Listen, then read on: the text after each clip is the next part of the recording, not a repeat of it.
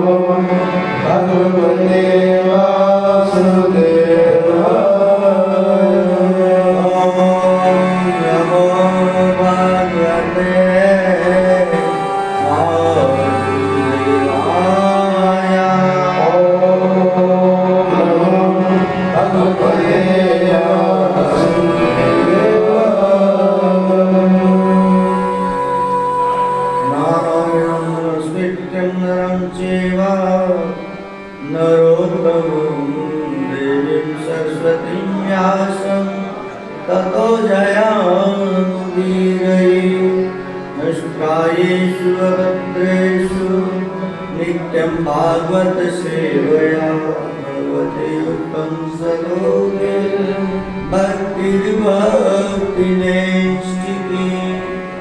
हे कृष्ण करुणा सिंधु दीनबंधु जगत्पते गोपेश गोपिकाका श्री राधा माधव नमोस्तुते। तप्त कांचन गौरांगी श्री राधे वृंदावनेश्वरी विश्वानुते देवी प्रणमामि हरिप्रिये। वाञ्छाकल्पतरुभ्यश्च कृपा सिन्धुभ्येव च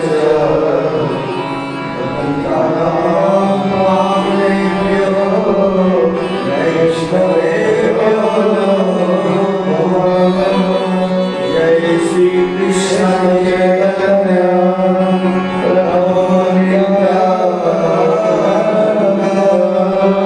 श्री अद्वैत गदाधर श्रीवासादि गौर भक्तवृंद। हरे कृष्णा कृष्ण कृष्ण हरे हरे हरे राम राम राम हरे हरे।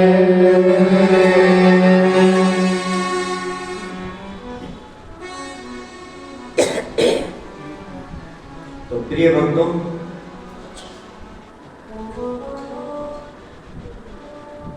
भगवान श्री कृष्ण भगवद गीता के 16वें अध्याय के 23वें श्लोक में बहुत सुंदर बात बताते हैं।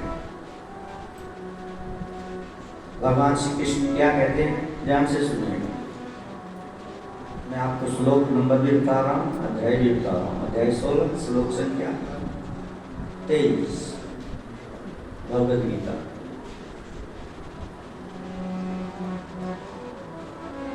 भगवान श्री कृष्ण कहते हैं, ये इदं परमं गुह्यं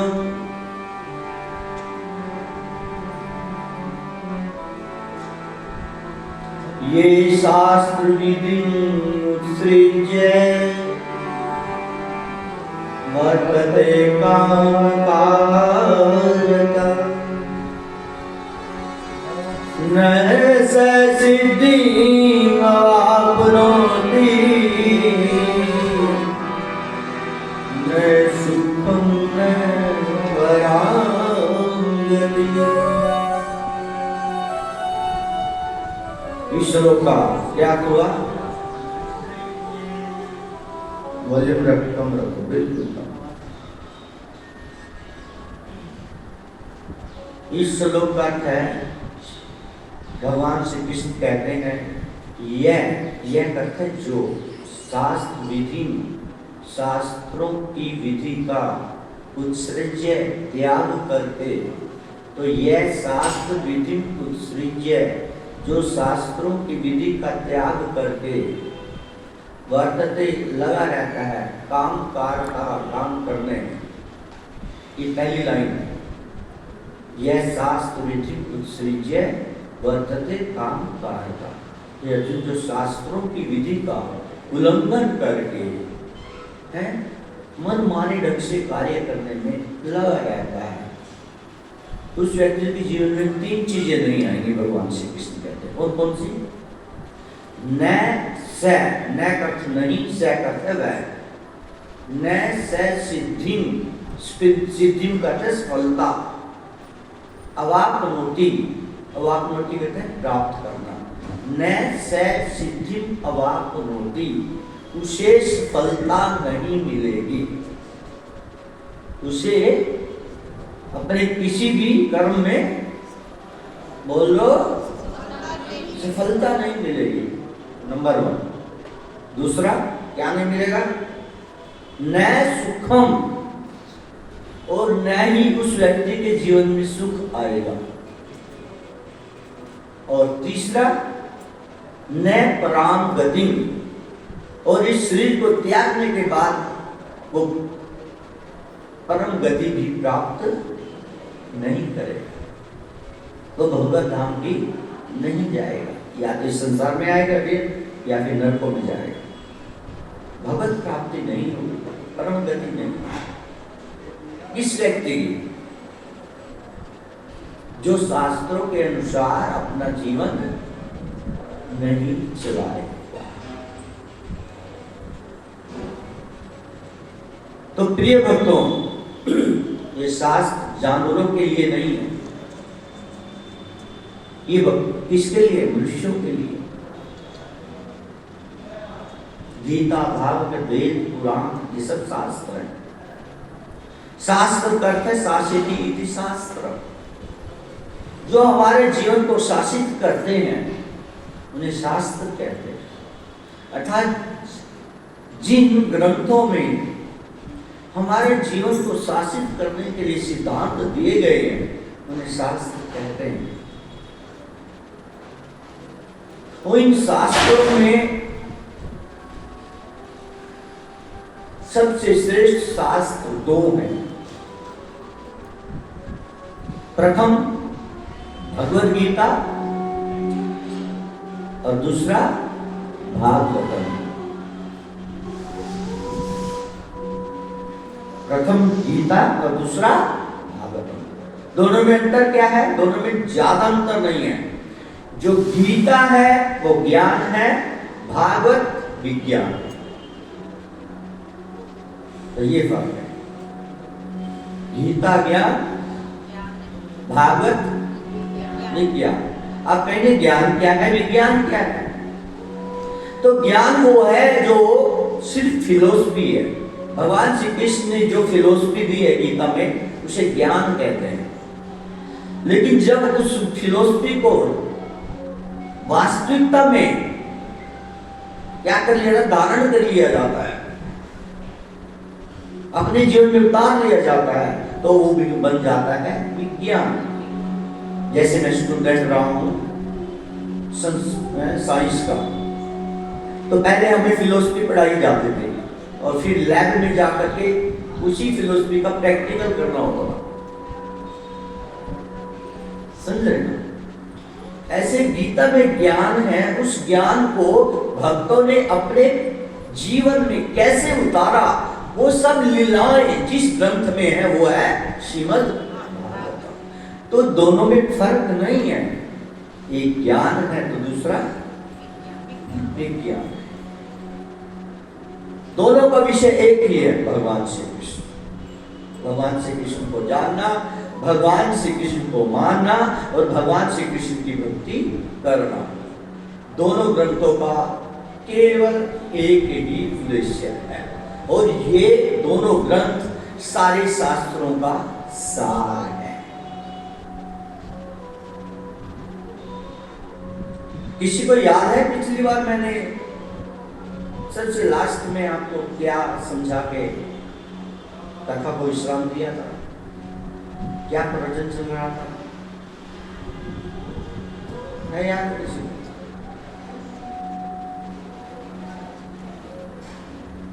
किसी को याद नहीं। मंदः सुमंद मत।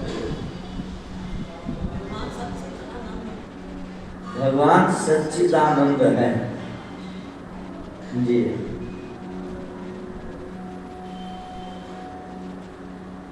तो प्रिय भक्तों, गीता के बारे में थोड़ा संक्षेप में आपको बता देते हैं।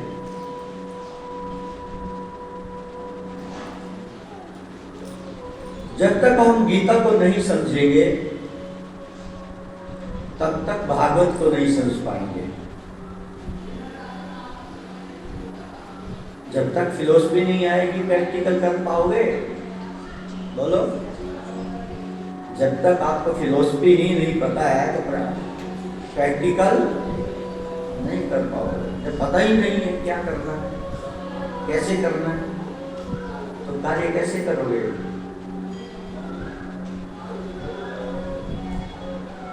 तो श्रील प्रभुपाद जी जो इस्कॉन के संस्थापक आचार्य हैं, वो कहते थे जो भगवद गीता है वो मैट्रिक का ज्ञान है, भागवतम ग्रेजुएशन का ज्ञान है, और श्री चैतन्य चरितामृत पीएचडी का ज्ञान है। तो कोई मैट्रिक ना करे हैं तो आशा की जा सकती है कि वो ग्रेजुएशन कर लेगा? बोलो। कोई आशा नहीं की जा सकती। 10वीं पास नहीं की वो 12वीं है या फिर ग्रेजुएशन कैसे करेगा? 11वीं 12वीं ग्रेजुएशन नहीं कर पाएगा। इसलिए भगवत गीता को जानना सबसे पहले जरूरी है। जब गीता को जान लेंगे तो भागवत जो प्रैक्टिकल है उसको करने में बड़ा आनंद आएगा, है ना? आप अच्छी तरह से उसको समझ पाएंगे। तो वैसे तो भगवत गीता में बहुत विस्तार से भगवान श्री कृष्ण ने ज्ञान दिया है।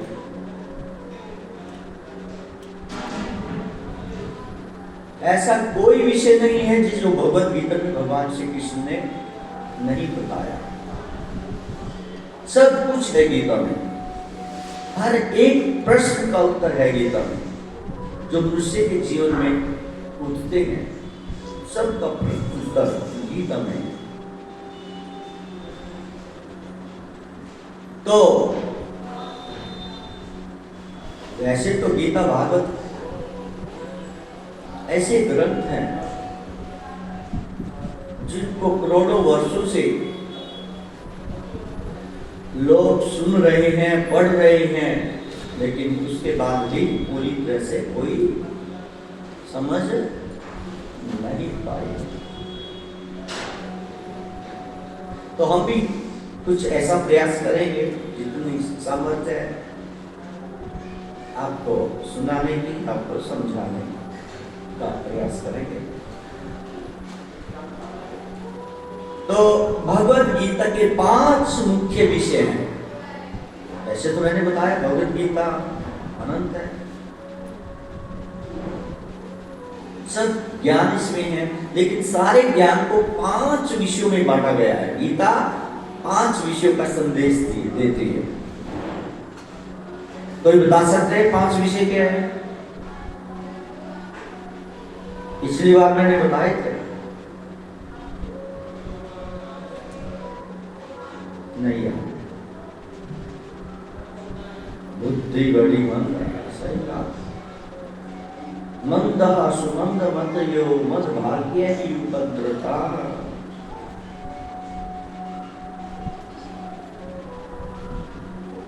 88,000 ऋषि कह रहे हैं कि कलयुग में बुद्धि बड़ी मंद हो जाएगी। याद ही नहीं है।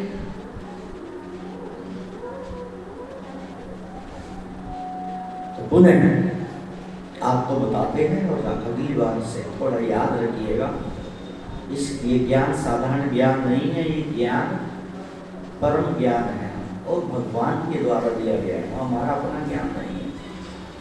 सारे ब्रह्मांडों के मालिक शिव, इंद्र, चंद्र, ब्रह्मा सब जिनकी स्तुति करते हैं, उन भगवान श्री कृष्ण के द्वारा ये ज्ञान दिया गया, कोई साधारण ज्ञान नहीं है। इसको सुन करके, यहाँ से सुन करके यहाँ नहीं निकलना, यहाँ से सुन करके हृदय में ले जाना, तब इसका लाभ होगा।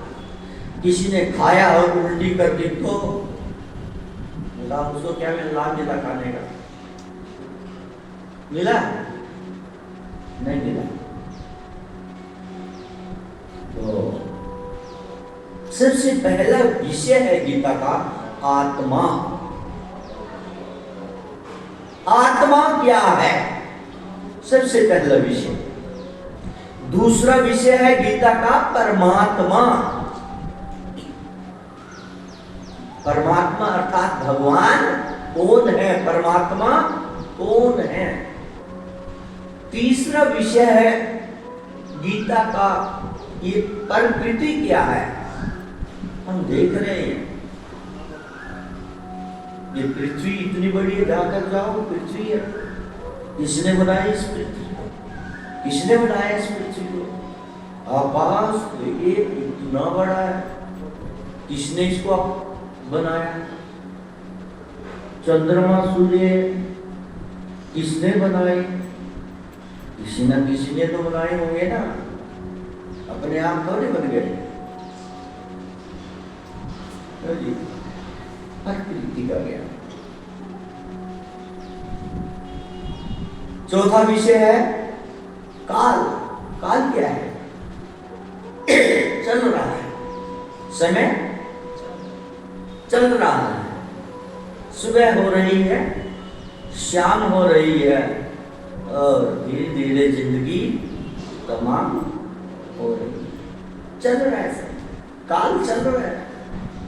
एक दिन खा लेगा सब, छोड़ेगा नहीं।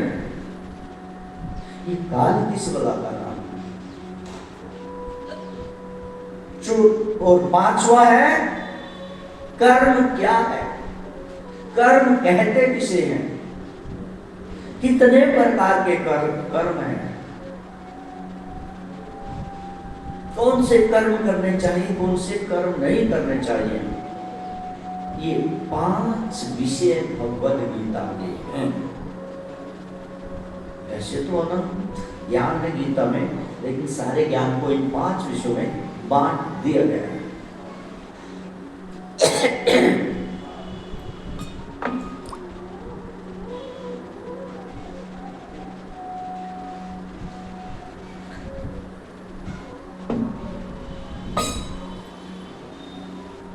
तो सबसे पहले विषय है आत्मा। आत्मा किसे कहते हैं? आत्मा आई कहां से है? इसका उत्तर भगवद गीता में सबसे पहला विषय है। गीता में भगवान श्री कृष्ण देते हैं आत्मा का। पहला जो अध्याय है गीता में, उसमें भगवान श्री कृष्ण नहीं बोलते, केवल सुनते हैं। अर्जुन युद्ध नहीं करना चाहता, और क्यों युद्ध नहीं करना चाहता है उसकी दलील सुनते हैं। भगवान आराम से सुन रहे हैं। अर्जुन बोला जा रहा है मैं युद्ध नहीं करूंगा, ये कारण है, ये कारण है। वो पिछली बार मैंने आपको सारे बताए थे, अर्जुन ने क्या क्या कारण दिए। ठीक है, तो पहले अध्याय में भगवान श्री कृष्ण केवल अर्जुन को सुनते हैं। पहले अध्याय में 46 श्लोक है। 46 में से एक भी श्लोक भगवान श्री कृष्ण के द्वारा नहीं बोला गया। सारे या तो संजय के द्वारा बोले गए हैं और ज्यादातर अर्जुन के द्वारा बोले गए। और दूसरे अध्याय में भगवान ने जब बोलना शुरू किया तो सबसे पहले ज्ञान दिया आत्मा। क्या दिया? हाँ, जब अर्जुन ने कह दिया दूसरे अध्याय के 7वें श्लोक में, प्रभु मेरी बुद्धि तो क्या हो गई है? खत्म हो गई है, भ्रमित हो गई है। मैं तो कुछ समझ मुझे नहीं आ रहा है, क्या करना चाहिए क्या नहीं करना चाहिए। मैं आपको अपना सखा मानता हूं, लेकिन ये सखा और सखा के बीच का जो संबंध है, इससे मुझे क्या नहीं मिल रही है? संतुष्टि नहीं मिल रही है। मैं अब आपका शिष्य बन रहा हूं। क्या बन रहा हूं? अपने समझ से नीचे आकर के आपका शिष्य बन रहा हूं। शिष्य ते अहम, शिष्य ते अहम, ये कहता है आपका शिष्य अहम मैं, शिष्य ते अहम मैं आपका शिष्य। साधी मां मुझे उपदेश दीजिए। भगवान से किससे अर्जुन कहता है दूसरे अध्याय के 7वें श्लोक में, त्वां प्रपन्नम, मैं आपकी शरण में आया हूं, मुझे उपदेश दीजिए। साधी मां त्वां प्रपन्नम, मुझे अब समझ नहीं आ रहा। मैंने आपको बड़ा कुछ बोल दिया, बड़ा कुछ बता दिया है कि क्यों मैं युद्ध नहीं करना चाहता हूं, उसके बाद भी मुझे शांति नहीं मिल रही है। मुझे ये भी पता लग रहा है क्या करूं क्या ना करूं। मैं तो आपका शिष्य बन रहा हूं, आप बताओ क्या करना है क्या नहीं करना। बस तब भगवान बोलते हैं, और सबसे पहला ज्ञान किसका देते हैं? आत्मा। भगवान श्री कृष्ण कहते आत्मा, हे अर्जुन, ये आत्मा जो है ये मेरा अंश है। किसका अंश है? भगवान श्री कृष्ण का अंश है। और कितना छोटा है, किसी को पता है कि आत्मा का साइज क्या है? बोलो। हाँ, हमारा बाल लो, उस बाल की जो टिप है, नोक, बाल पूरा बाल नहीं, बाल की नोक, वही भी पहले तो बाल की नोक ही नहीं दिखाई देगी। क्यों जी? चलो आपको दिखाई देगी बाल की नोक ही है। उसको 10,000 भागों में बांटो। उस बाल की नोक को कितने भागों में? 17 भाग कैसे? 17 भाग कैसे? 100 गुना 100, 10,000 भाग उस बाल की नोक के करो तो वो आत्मा का साइज है। और जब तक वो इतनी सूक्ष्म आत्मा शरीर में रहती है तब तक ये शरीर चलता है। समझिएगा आत्मा कितनी इम्पोर्टेंट है, इतनी सूक्ष्म। तो भगवान ने क्या बोल दिया? अव्यक्तो अयम, दूसरे अध्याय का 25वां श्लोक, अव्यक्तो अयम अचिंतो अयम अविकार्यो अयम उच्यते तस्मादेवं। हे अर्जुन, अव्यक्तो अयम अचिंतो अयम अविकार्यो अयम उच्यते तस्मादेवं। नानु सोचते तुम अर्थासी, ये आत्मा अव्यक्त है, कोई इस आत्मा को नहीं देख सकता। इतना सूक्ष्म है ये आत्मा, कोई नहीं देख सकता। कोई दूरबीन नहीं बनी, ना बनेगी जो आत्मा को कभी देख ले। लेकिन फिर भी आत्मा है और आत्मा का साइज भी है, समझे? अव्यक्तो अयम, अचिंत्य अयम, इतनी सूक्ष्म है, इसके बारे में सोचना ही मुश्किल है। अचिंत्य, हम सोच भी नहीं सकते आत्मा है क्या, कितनी सूक्ष्म है। विकारियो अयम, इसमें कोई विकार उत्पन्न नहीं कर सकता। नैनम चिदंती शस्त्राणि नैनम दहति पावका न चैन क्लेदत्याहो न शोषयति न मारुता।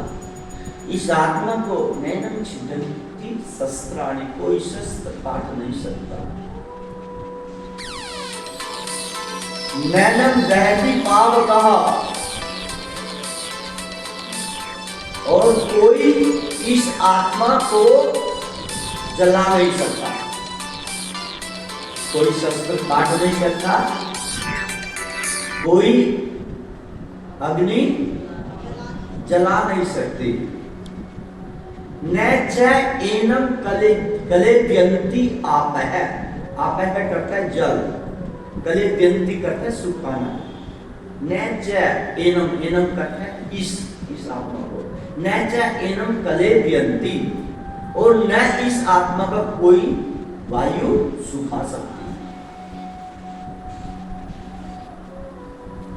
है। न च कलेद्यन्ति आपः, हाँ, इस आत्मा को कोई आपः करता जल, कोई इस आत्मा को गीला नहीं कर सकता। न शोषयति मारुता, मारुता करता है वायु, शोषयति करता है सुखाना, और कोई वायु इसे सुखा नहीं सकती। अजो नित्यम शाश्वतो अयम पुराणो, ये अजन्मा है, अजो नित्यम, ये सब रहने वाला है, सनातन है, शाश्वत है। अजो नित्य अयम पुराणो, और इस बहुत क्या है, पुरातन है। ये आत्माएं इस इन ब्रह्मांडों में कब से हैं कोई नहीं कह सकता, बहुत क्या है, पुरातन, पुराणो। न हन्यते, ये मरती नहीं है। हन्य माने शरीरे, शरीर के मरने पर भी, ये आत्मा शरीर के मरने पर भी मरती नहीं है। लेकिन समझने वाली बात क्या है भक्तों, समझने वाली बात आत्मा से ये है कि ये आत्मा अजर अमर अविनाशी है।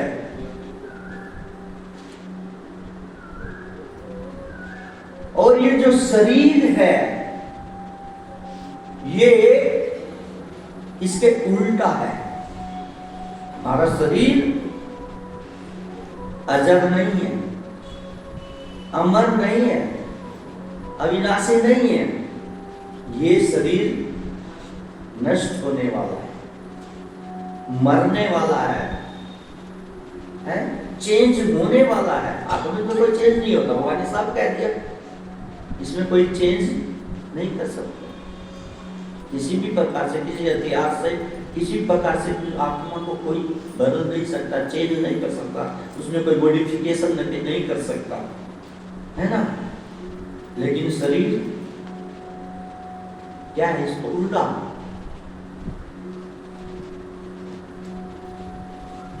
जन्म लेता है, बढ़ता है, मरता है।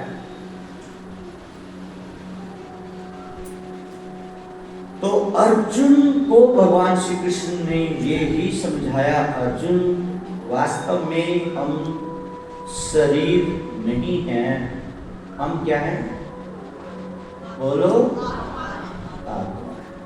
सबसे इम्पोर्टेंट और सबसे पहला ज्ञान भगवद गीता का भगवान श्री कृष्ण ने दिया आत्मा का। और क्या बताया कि अर्जुन हम शरीर नहीं हैं, हम क्या है, एक आत्मा है। ये आत्मा अजर अमर अविनाशी है। ये जो शरीर है ये तो इसका क्या है, वस्त्र है, आत्मा का वस्त्र है ये शरीर। मांसांसि जीर्णानि यथा विहाय नवानि गृह्णाति नरोपराणि।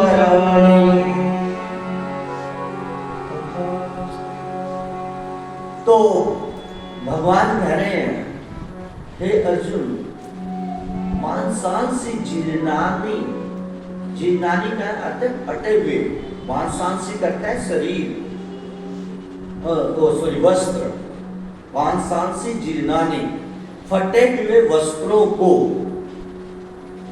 यथा विहाय, यथा कहते जिस प्रकार, विहाय करता त्याग देता है, मनुष्य जिस प्रकार से अपने फटे पुराने वस्त्रों को क्या कर देता है, त्याग देता है।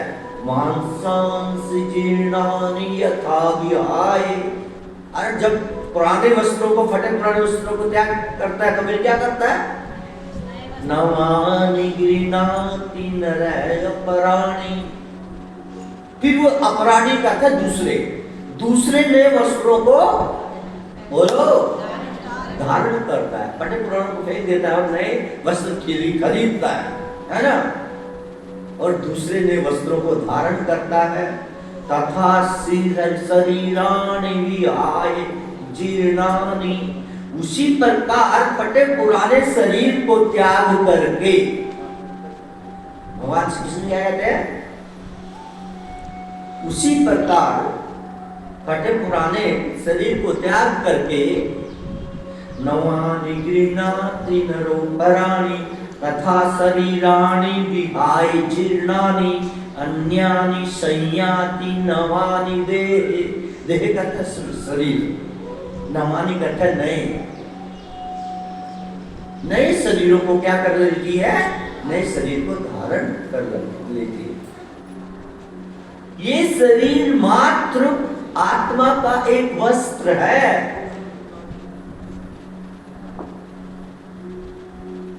आत्मा अलग है,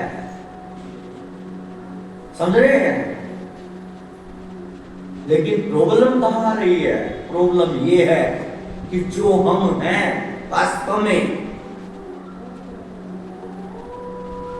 उसके बारे में सोचते नहीं है, जो नहीं है उसके बारे में सोचते हैं। केवल हम शरीर तक सीमित हैं कि हम क्या है, शरीर है, शरीर को बस चमकाए रखने के लिए, शरीर के लिए सब कुछ करते हैं, लेकिन आत्मा के लिए कुछ बोल दो, कुछ नहीं करता।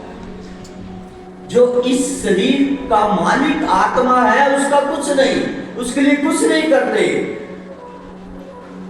क्यों जी? केवल इसका, इस शरीर के लिए करते हैं, जो कुछ भी करते हैं, बस यही सबसे बड़ा ज्ञान है। भगवान श्री कृष्ण कहते हैं, अर्जुन सबसे बड़ा ज्ञान संसार में क्या है कि हम अपने वस्त्रों को, शरीर को मैं मान रहे हैं कि मैं ये शरीर हूं, मैं एक शरीर हूं। कोई नहीं कहता कि मैं आत्मा हूं। किसी से पूछा जाए भैया ये क्या है, वो कहेंगे ये तो बाल है। अच्छा ये तुम्हारा नाम क्या है?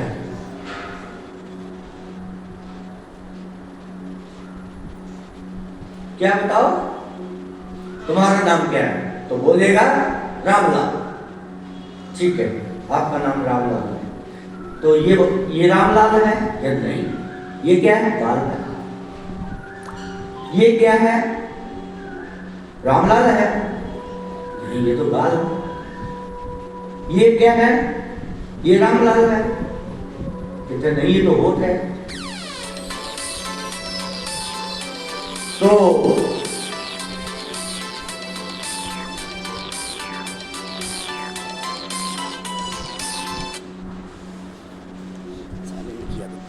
पूछा जाए ये क्या है? ये है रामलाल, ये तो बाजू है।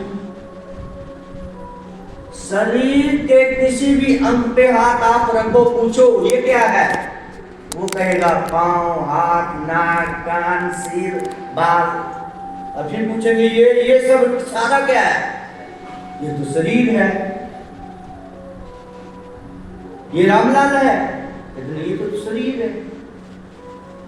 तो फिर रामलाल कौन है? सारे तो अंगों के नाम है, वो रामलाल है कौन? क्यों जी? कौन है रामलाल? वो आत्मा। क्या है? आत्मा को हमने नाम दिया रामलाल श्याम। अर्थात हम आत्मा हैं। क्या है? हम शरीर नहीं है। और फिर प्रश्न उठता है कि जब ये आत्मा अजर, अमर, अविनाशी है और ये सच्चित आनंद है, स्वरूप है। क्यों है? क्योंकि ये भगवान श्री कृष्ण का अंश है। भगवत गीता के 15वें अध्याय के 7वें श्लोक में भगवान श्री, 6ठे श्लोक में भगवान श्री कृष्ण कहते हैं अर्जुन मम एव अंशः, ये आत्मा मेरा ही अंश है। भगवान श्री कृष्ण का अंश है। और भगवान श्री कृष्ण क्या है? जैसा कि माता जी ने बताया था, सच्चित आनंद विग्रह। भगवान श्री कृष्ण सच्चिदानंद स्वरूप है। तो आत्मा भी सच्चिदानंद में है। क्या है? आत्मा भी सच्चिदानंद में है। लेकिन इसका ये सच्चिद आनंद में स्वरूप प्रकट क्यों नहीं हो रहा है? इस शरीर ने क्या कर लिया? सच्चिदानंद स्वरूप को दबा दिया। जैसे एक हीरा है, हीरे को बड़ा चमक रहा है, उसमें बड़ी रोशनी है, और आंख में दबा दो। हीरे को क्या करो? राख में दबा दो, तो उसकी जो चमक थी वो क्या हो जाएगी? बंद हो जाएगी, दिखाई नहीं देगी। तो इसी प्रकार से इस शरीर के द्वारा काम, क्रोध, लोभ, मोह, मद, मात्सर्य आदि के द्वारा हमने इस आत्मा के प्रभाव को, जो कि सच्चिदानंद स्वरूप है, उसको दबा दिया। क्या कर दिया? दबा दिया। उसका स्वरूप प्रकट नहीं हो रहा है। वो प्रकट कब होगा?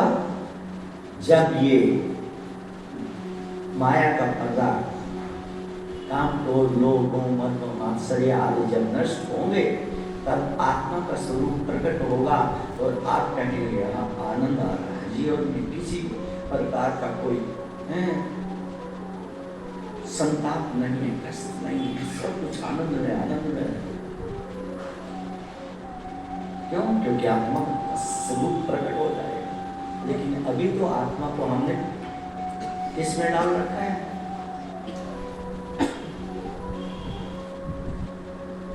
काम को, मोह, मद, मात्सर्य आदि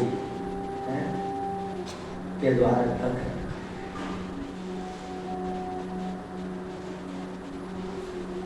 अन्यथा जो ये जान लेता है मैं आत्मा हूं, तो फिर वो इस शरीर के लिए तो कर्म करता ही है, लेकिन आत्मा के लिए उससे भी ज्यादा कर्म करता है। इस आत्मा को किस प्रकार से इसका असली स्वरूप वापिस दिलाया जाए, सच्चिदानंद में स्वरूप कैसे प्रकट किया जाए, कैसे हमारे जीवन में आनंद आए, कैसे हमारे जीवन में क्या आए? सुख आए, चित्त आए, ज्ञान आए, वास्तविक ज्ञान है। सत्य करके हमेशा रहना, चित्त करता है ज्ञानवान, ज्ञान प्राप्त होना, और आनंद करता है हमेशा आनंद में रहना। जब हम आत्मा की देखभाल करेंगे, आत्मा को क्या चाहिए उसको वो प्रदान करेंगे, तब सच्चिदानंद स्वरूप आत्मा का प्रकट होगा और फिर हम हर स्थिति में, किसी भी स्थिति में रहे, हम आनंद में रहेंगे, कभी दुखी नहीं होंगे। क्यों? क्योंकि हमने आत्मा को शुद्ध कर दिया। जिस प्रकार से कोई व्यक्ति बहुत मलमूत्र से भरे स्थान में बैठ नहीं सकता, वहां पर शांति से नहीं रह सकता है, उसी प्रकार से जब काम, क्रोध, लोभ, मोह, मन, मात्सर्य आदि जो गंध है हमारे अंदर है, वो आत्मा को घेर लेते हैं तो आत्मा अशांत रहती है, हम दुखी रहते हैं। लेकिन जब वो हटा दिया जाता है, उस स्थान को अच्छी तरह से साफ कर दिया जाता है, तो आदमी फिर वहां पर बैठ सकता है, वहां पर उसको आसानी से बैठाया जा सकता है, वो अच्छा फील करता है। ऐसे ही हमें हृदय को क्या करना है? शुद्ध करना है। ये चैतन्य महाप्रभु ने कहा है। तब ही इस आत्मा का असली प्रभाव क्या होता है? क्या होगा? प्रकट होगा। भगवान चैतन्य महाप्रभु ने कोई गीता भागवत कोई शास्त्र नहीं दिए। भगवान श्री कृष्ण ने तो गीता दी, 700 श्लोक गीता में भगवान ने दिए, लेकिन चैतन्य महाप्रभु ने तो केवल 8 श्लोक दिए, जो कि सारे शास्त्रों का, गीता भागवत का सब का सार है। और उसमें सबसे पहला श्लोक क्या है? चेतो दर्पण मार्जन। चेतो करता है चित्त, दर्पण करता है शीशा, मार्जनम करता है साफ करना। चेतो दर्पण मार्जनम, चित्त रूपी है, चित्त रूपी अर्थात मन रूपी दर्पण का क्या हो जाएगा? मार्जन हो जाएगा। मार्जन करता है झाड़ू लगाना, वो शुद्ध हो जाएगा। कौन? मन, हमारा चित्त क्या हो जाएगा? शुद्ध हो जाएगा। क्या करने से? परम विजयते श्री कृष्ण संकीर्तन, भगवान श्री कृष्ण का कीर्तन करने से ये आत्मा क्या हो जाएगी? बोलो, शुद्ध हो जाएगा। भगवान श्री कृष्ण की कथा सुनने से ये आत्मा शुद्ध हो जाएगी। भगवान श्री कृष्ण की कीर्तन करने से ये आत्मा शुद्ध हो जाएगी। देखिएगा, भागवत कथा में कीर्तन भी है और श्रवण भी है। मैं कीर्तन कर रहा हूं, भगवान के बारे में बोलना वो कीर्तन है, गुणगान करना भगवान का वो कीर्तन है। मैं कीर्तन कर रहा हूं और आप श्रोता हैं, आप श्रवण कर रहे हैं, तो 2 लाभ इकट्ठे मिल रहे हैं, श्रवण का भी और कीर्तन का भी। भागवत कथा में 2 विधियों का लाभ प्राप्त हो रहा है। जो है नवधा भक्ति, 9 प्रकार की भक्ति है, उसमें श्रवण और कीर्तन सबसे पहले है। श्रवण, दूसरी विधि है कीर्तन। तो जब भागवत का, गीता भागवत सुनी जाती है तो 2 का इकट्ठा लाभ प्राप्त होता है, श्रवण का और कीर्तन। तो आत्मा के विषय में समझ गए? हम क्या हैं? बोलो, हम आत्मा हैं, हम शरीर नहीं है अर्जुन। इसलिए तुम शोक मत करो, ये शरीर तो एक न दिन क्या हो जाएंगे? नष्ट हो जाएंगे, लेकिन आत्मा कभी नष्ट होने वाली, और तुम शरीर नहीं हो, तुम क्या हो? आत्मा हो। इसलिए तुम्हें दुख नहीं, शोक नहीं करना चाहिए। समझे? ये सबसे पहला ज्ञान, ये समझ में आया? ये विषय समझ में आया? आत्मा क्या है? भगवान श्री कृष्ण का अंश है, सच्चिदानंद स्वरूप है। लेकिन सच्चिदानंद स्वरूप ढक दिया गया है। जैसे हीरे को राख के अंदर डाल दो तो उसका प्रभाव खत्म हो जाता है, ऐसे ही हमारे इस शरीर में और इसके अंदर जो काम, क्रोध, लोभ, मोह, मद, मात्सर्य आदि जो हमारे विकार हैं, उन्होंने शरीर को क्या कर लिया है, उस आत्मा के प्रभाव को क्या कर दिया है, ढक लिया है, उसको लोग प्रकट नहीं होने दे रहे हैं। जो गीता में भगवान श्री कृष्ण कहते हैं अर्जुन को 7वें अध्याय के 25वें श्लोक में, हे अर्जुन, मैं अपने आप को सबके आगे प्रकट नहीं करता, सबके आगे मैं अपने आप को प्रकट नहीं करता। ना हम प्रकाश है सर्वस्य, ना हम कथा न अहम, प्रकाश है कथा प्रकट करना, सर्वस्य कहते सबके आगे। बहुत से लोग कहते हैं दिखाओ, हम भगवान को तब मानेंगे जब देखेंगे। अरे जब हमने देखा नहीं हम क्यों माने? आप में से भी बहुत से हो सकते हैं कहेंगे हम मानते ही नहीं भगवान को, क्यों? देखा ही नहीं, वो दिखाई नहीं देता। जब हमारे को भगवान दिखाई नहीं देता कैसे माने भगवान को? क्यों जी?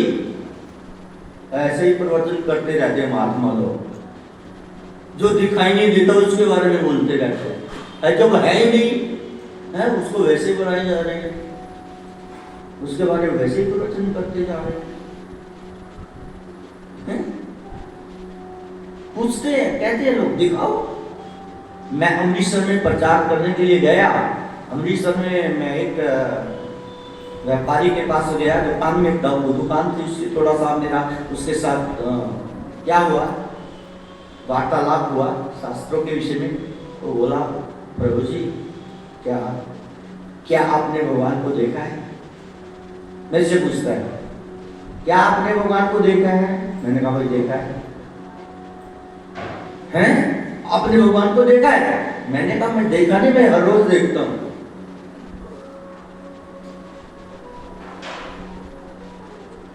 हैरान रह गया।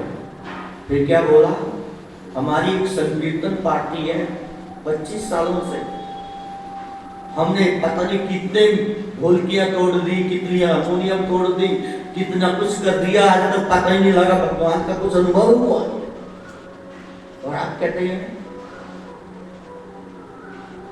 आपने देख लिया, थोड़ी हम 25 साल से लगे हैं, आप 15 साल से हैं इस्कॉन में हैं तब से, उसके बाद आपने भगवान को भी देख लिया, मैंने देख लिया, हमने बहुत कर लिया है। पद पद पर अनुभव कराते हैं ठाकुर जी अपने भक्तों को, पद पद। यहां तक कि तुमने क्या खाया नहीं खाया तो उसका भी अरेंजमेंट करते हैं, तुमने यहां तक अपने अनुभव किया।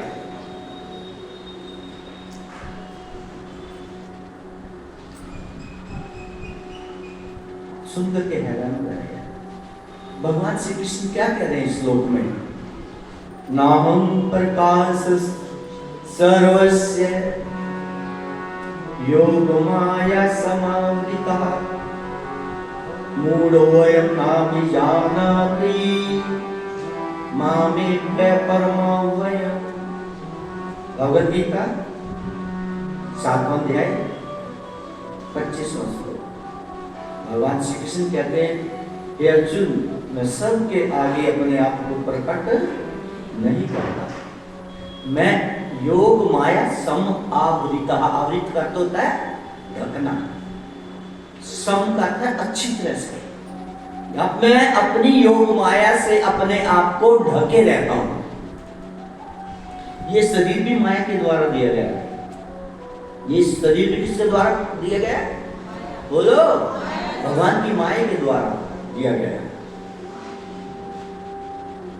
तो हे अर्जुन, मैं अपने आप को सबके आगे प्रकट नहीं करता, योग माया समावृतः, मैं अपनी योग माया से ढका रहता हूँ। मूढ़ो अयं न अभिजानाति, मूर्ख लोग मेरे बारे में इस बात को नहीं जानते। क्या? मामेभ्य परम अव्ययम्, कि मैं अव्ययम् तथा अविनाशी हूँ, मैं अविनाशी परमात्मा हूँ। इस बारे में, मेरे बारे में ये लोग नहीं जानते, मूर्ख लोग नहीं जानते। क्यों? क्योंकि मैं उनके आगे प्रकट नहीं होता हूँ, योग माया से ढका रहता हूँ। अच्छा, किसी चीज को हमें ढकना पड़े, वो निराकार होगा या साकार होगा? बोलो, किसी चीज को ढकना पड़े वो निराकार होगा या साकार? साकार है। सीधा है। तो भगवान क्या है? साकार है। क्यों? वो अपनी योग माया से अपने आप को ढके रहते, लोगों को दिखाई नहीं देते। लोग क्या कह देते हैं? भगवान है नहीं, या वो तो निराकार है। बस दो बातें बोलते हैं, या तो निराकार है या फिर वो है ही नहीं। क्यों? दिखाई तो देते नहीं।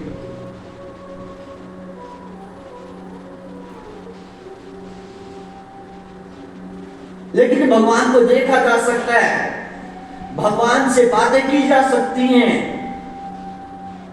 भगवान के धाम में उनके पास जाया जा सकता है। लेकिन कैसे? केवल अनन्य भक्ति से। भक्ति आप नहीं करोगे और कहोगे भगवान को दिखाओ,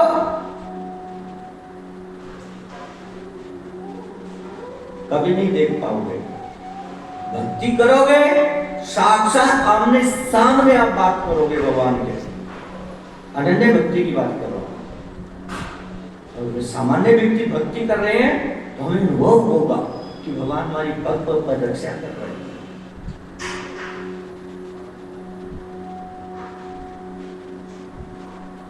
हरे कृष्ण कृष्ण कृष्ण हरे हरे, हरे राम राम राम हरे हरे। बहुत बहुत धन्यवाद। अपने वक्तव्य को हम यहीं पर विराम देते हैं, समय हो गया है। तो कल फिर, आज मैं लेट हो गया किसी कारण से, लेकिन कल लेट नहीं होगा। कल मैं पूरे 3:15 बजे यहाँ आ जाऊँगा, आप भी सब आ जाना, ठीक है? आज आप भी लेट थे काफी, ठीक है? कल से हम बिल्कुल समय पर 3:15 बजे यहाँ आ जाएंगे और आगे